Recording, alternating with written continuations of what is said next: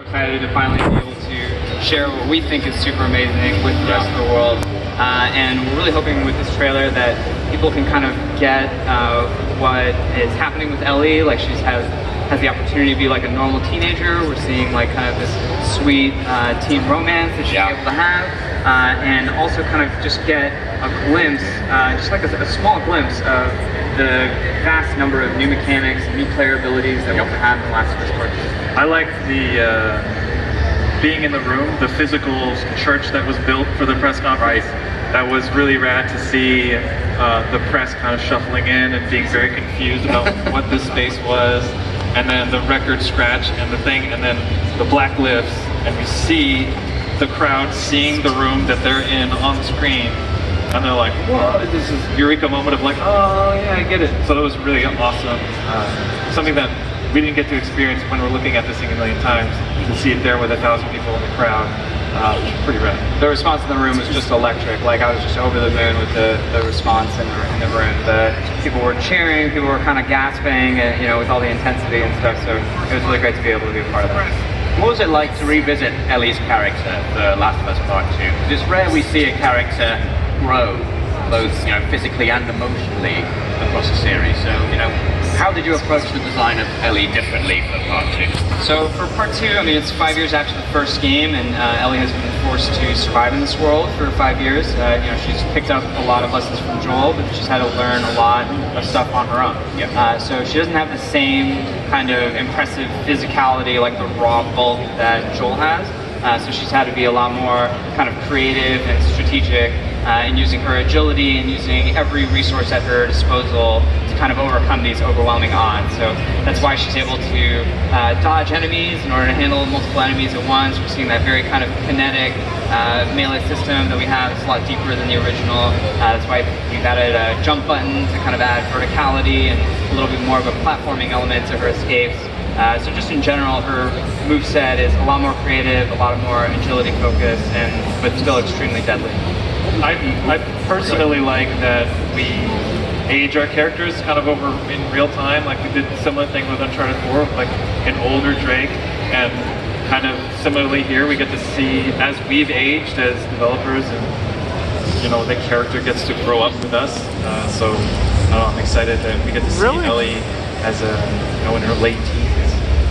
And I got to point out just the technical mastery here on that, because that is extremely difficult to make a kiss between two done-human characters, essentially look that realistic. So incredible job there. And we're going to dive into a little bit of the gameplay that we got to look at here. Tell me what the overall design tone was for this game. What was your head at? So overall, we're really inspired by sequels that take risks. We like it when sequels don't just make incremental improvements over the prior success. And with this game, we really wanted to take a hard look at every subsystem in the game, question all our assumptions, and ask ourselves, like, how can we take this to the next level? How can we make a quantum leap with this system? So it's just like one small example, the stealth system. We've introduced analog stealth. So it used to be kind of binary, whether an enemy could see you or not.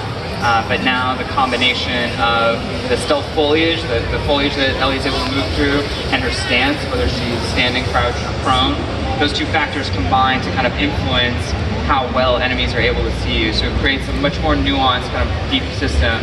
And we've kind of taken that same approach with melee, crafting, traversal, just across the board with all the gameplay systems. Sort of a higher fidelity in these systems than we know from The Last of Us Part 1. Both in terms of the choice that is available to the player strategically, but then that choice is represented with the Naughty Dog level of fidelity. So it's kind of like those two pieces, create the experience.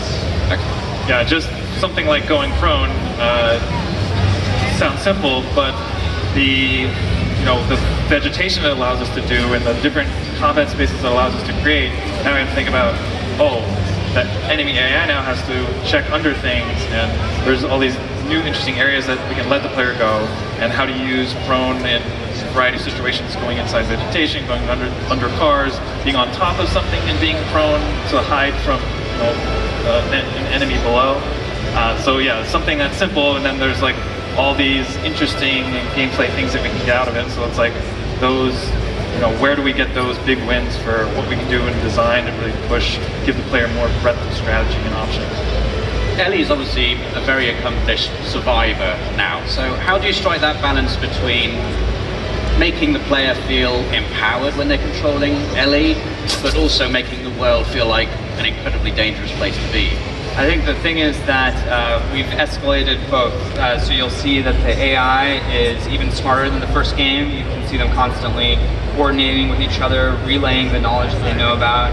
You can see them referring to each other by name, kind of even showing the depths to which we're trying to represent these as like real intelligent humans. And then at the same time, Ellie has become even more capable, between the dodge or new crafting items like the explosive arrow, giving you kind of this very deadly long-range option. So by bringing up both at the same time, we're both increasing the tension, but every way that the player is able to deal with these challenges has to be strategic. You have to kind of be creative and use every resource at your disposal in order to overcome these very intelligent enemies. One of the things I want to point out here is this melee combat is Ellie has the ability to sort of dodge very quickly. She's much more nimble game. So tell me a little bit about how that melee system kind of comes together in the last part two. So we really, again, wanted to kind of question our assumptions about the melee system and ask ourselves, what can we do to make this deeper, more complicated? So by giving the player a defensive option, it's really like adding a whole new dimension to the melee combat. So it's almost like going from 2D to 3D. So not only does it give the player the ability to manage multiple enemies at once, it really creates just a system where you need to know when is your time to go in and when you kind of have to play defensively and back off.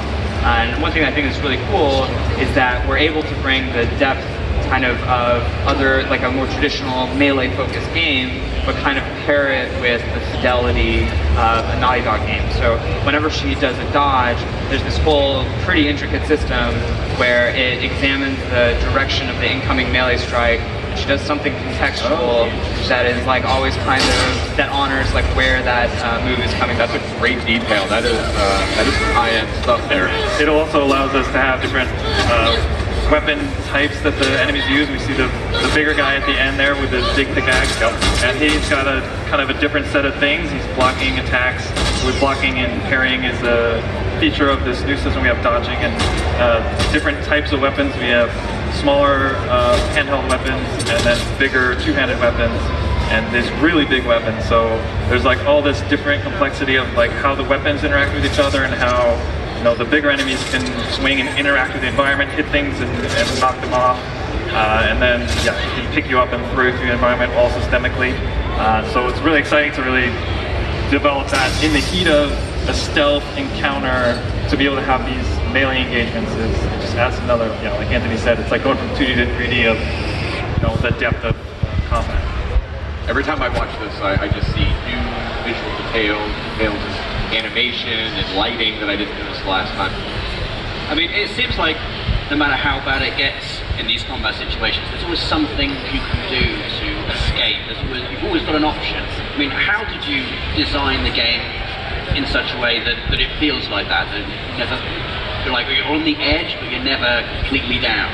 So it's, again, it's a very desperate world. It's very high pressure. She got very caught. intelligent enemies.